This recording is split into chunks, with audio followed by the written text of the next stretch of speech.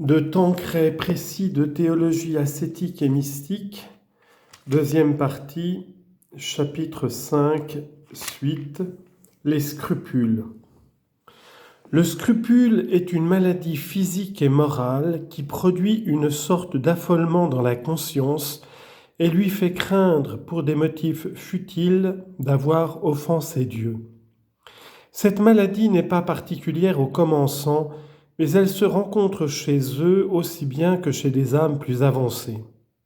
Il faut donc en dire un mot et exposer d'abord sa nature, ensuite son objet, ses inconvénients et avantages, enfin ses remèdes. La nature du scrupule. Le mot scrupule, du latin scrupulus, petit caillou, a désigné pendant longtemps un poids minuscule sous lequel ne s'inclinaient que les balances les plus sensibles. Au moral, il désigne une raison minutieuse dont seules se préoccupent les consciences les plus délicates. De là, il en est venu à exprimer l'inquiétude excessive qu'éprouvent certaines consciences sur les motifs les plus futiles d'avoir offensé Dieu. Pour mieux en connaître la nature, expliquons sa provenance, ses degrés, sa distinction d'avec la conscience délicate. Sa provenance. Le scrupule provient tantôt d'une cause purement naturelle, tantôt d'une intervention surnaturelle. Au point de vue naturel, le scrupule est souvent une maladie physique et morale. La maladie physique qui contribue à produire ce désordre est une sorte de dépression nerveuse qui rend plus difficile une sage appréciation des choses morales et tend à produire la pensée obsédante qu'on a commis un péché, et cela sans raison sérieuse. Mais il y a aussi les causes morales qui produisent le même résultat.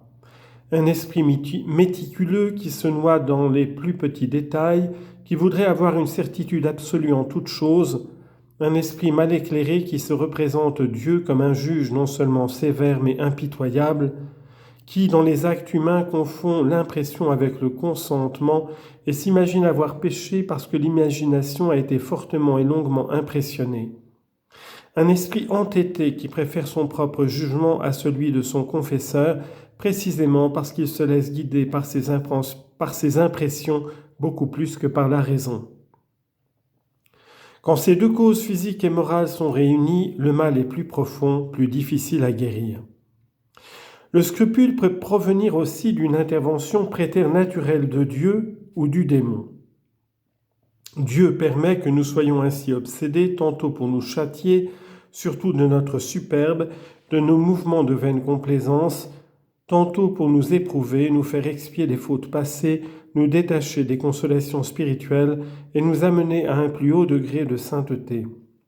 C'est ce qui arrive particulièrement aux âmes que Dieu veut préparer à la contemplation, comme nous l'exposerons en traitant de la voie unitive.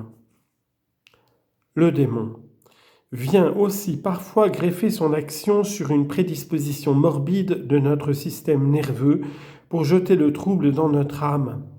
Il nous persuade que nous sommes en état de péché mortel pour nous empêcher de communier ou pour nous gêner dans l'accomplissement de nos devoirs d'État. Surtout, il essaie de nous tromper sur la gravité de telle ou telle action afin de nous faire pécher formellement, alors même qu'il n'y a pas matière à pécher et surtout à pécher grave. Les degrés. Il y a évidemment bien des degrés dans le scrupule. Au début, ce n'est qu'une conscience méticuleuse, craintive à l'excès, qui voit le péché là où il n'est pas. Puis ce sont des scrupules passagers qu'on soumet au directeur, mais en acceptant immédiatement la solution qu'il donne. Enfin, le scrupule proprement dit, tenace, accompagné d'entêtement. La différence d'avec la conscience délicate. Il importe de bien distinguer la conscience scrupuleuse de la conscience délicate ou timorée. Le point de départ n'est pas le même. La conscience délicate aime Dieu avec ferveur et pour lui plaire, veut éviter les moindres fautes, les moindres imperfections volontaires. Le scrupuleux est guidé par un certain égoïsme qui lui fait désirer trop ardemment d'être sûr de posséder l'état de grâce. La conscience délicate ayant horreur du péché et connaissant sa faiblesse a une crainte fondée, mais non troublante, de déplaire à Dieu. Le scrupuleux entretient des craintes futiles de pécher en toutes circonstances. La conscience timorée sait maintenir la distinction entre le péché mortel et véniel et en cas de doute se soumet immédiatement au jugement de son directeur. Le scrupuleux discute âprement avec son directeur et ne se soumet que difficilement à ses décisions. S'il faut éviter avec soin le scrupule, il n'est rien de plus précieux au contraire qu'une conscience délicate. L'objet du scrupule. Parfois le scrupule est universel et se porte sur toutes sortes de sujets. Avant l'action, il grossit démesurément les dangers qui peuvent se rencontrer en telle ou telle occasion, d'ailleurs fort innocente. Après l'action, il peuple l'âme d'inquiétudes mal fondées et persuade aisément à la conscience qu'elle est rendue gravement coupable. Plus souvent, il porte sur un certain nombre de sujets particuliers. Sur les confessions passées, même après avoir fait plusieurs confessions générales, on n'est pas satisfait, on craint de n'avoir pas tout accusé ou d'avoir manqué de contrition et on veut toujours recommencer. Sur les mauvaises pensées, l'imagination est remplie d'images dangereuses ou obscènes et comme elles produisent une certaine impression, on craint d'y avoir consenti, on est même certain, bien qu'elles déplaisent infiniment. Sur des pensées de blasphème, parce que ces idées traversent l'esprit, on est persuadé qu'on y a consenti, malgré toute l'horreur qu'on en éprouve.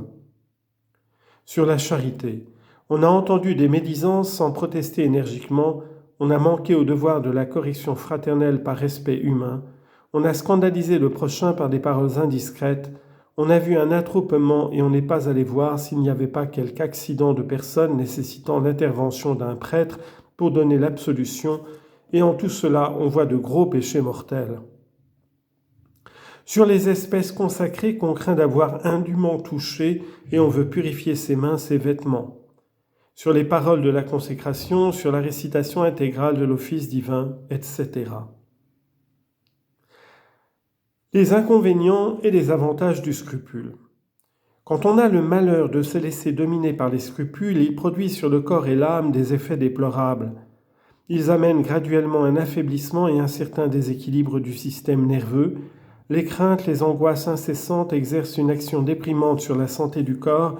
Elles peuvent devenir une véritable obsession et amener une sorte de monoïdéisme voisin de la folie. Ils aveuglent l'esprit et faussent le jugement. On perd peu à peu la faculté de discerner ce qui est péché de ce qui ne l'est pas, ce qui est grave de ce qui est léger. L'âme devient un navire sans gouvernail. L'indévotion du cœur en est souvent la suite. À force de vivre dans l'agitation et le trouble, on devient terriblement égoïste, on se défie de tout le monde, de Dieu lui-même qu'on estime trop sévère, on se plaint de ce qu'il nous laisse en ce malheureux état, on l'accuse injustement. Il est évident que la vraie dévotion est alors impossible. Enfin viennent les défaillances et les chutes.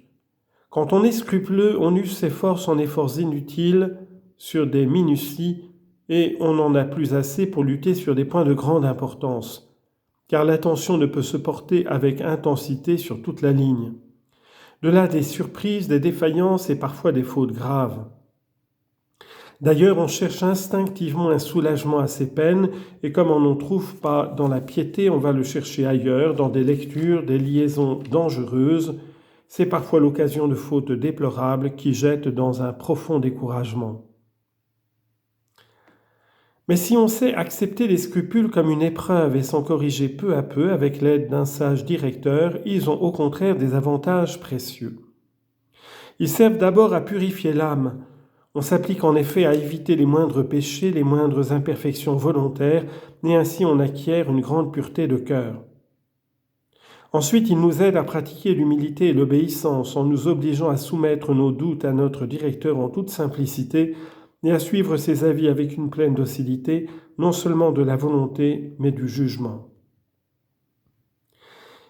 Ensuite, il contribue à nous donner une pureté d'intention plus grande en nous détachant des consolations spirituelles pour nous attacher uniquement à Dieu qu'on aime d'autant plus qu'il nous éprouve davantage. Les remèdes du scrupule. C'est dès le début qu'il faut combattre le scrupule avant qu'il ne soit profondément enraciné dans l'âme. Or, le grand et à vrai dire l'unique remède, c'est l'obéissance pleine et absolue à un sage directeur.